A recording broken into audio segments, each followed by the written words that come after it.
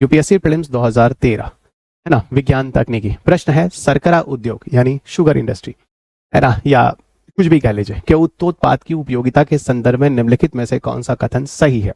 अब यहाँ पर गन्ने की खोई को उठाया है। खोई को ऊर्जा उत्पादन के लिए जैव मात्र ईंधन के रूप में प्रयुक्त किया जा सकता है। देखो, आप सबको पता है कि अगर हम खोई भी ले लें, ठीक है ना, और खोई को भी हम लेकर बायोमास की तरह उससे भी हीट और एनर्जी बना सकते हैं, बात सही है। अभी आपने पीछे बायोमास गैसिफिकेशन में देखा है। तो खोई को ऊर्जा उत्पादन के लिए जैव मात्र ईंधन के रूप में प्रयुक्त किया जा सकता है, बिल्कुल किया जा सकता है, पहला। दूसरा कह रहा है कि सीरे को, मतलब इसका जो सीरा जो बनता है, कृत्रिम रासायनिक उर्वरकों के उत्पादन के लिए एक भरड़ स्टॉक की तरह प्रयुक्त किया जा सकता है। तो देखिएगा, ये कृत्रिम उर्वरक नहीं होंगे, ये क्या होंगे, ये प्राकृतिक उर्वरक होंगे, क्योंकि पेड़ पौधों से बन रहे हैं। ये ऐसा नहीं कि 2-3 केमिकल को लेके, है ना, उर्वरक इंडस्ट्री में बना रहे हैं, फर्टिलाइजर वाले इंडस्ट्री में नहीं। तो ये एक तरह से बताऊं तो ये पूरी तरह से रासायनिक उर्वरक उत्पादन नहीं है, ये प्राकृतिक उर्वरक बोले जाते हैं, इस तरह, जिसको ऑर्गेनिक फार्मिंग कहते हैं, कार्बनिक।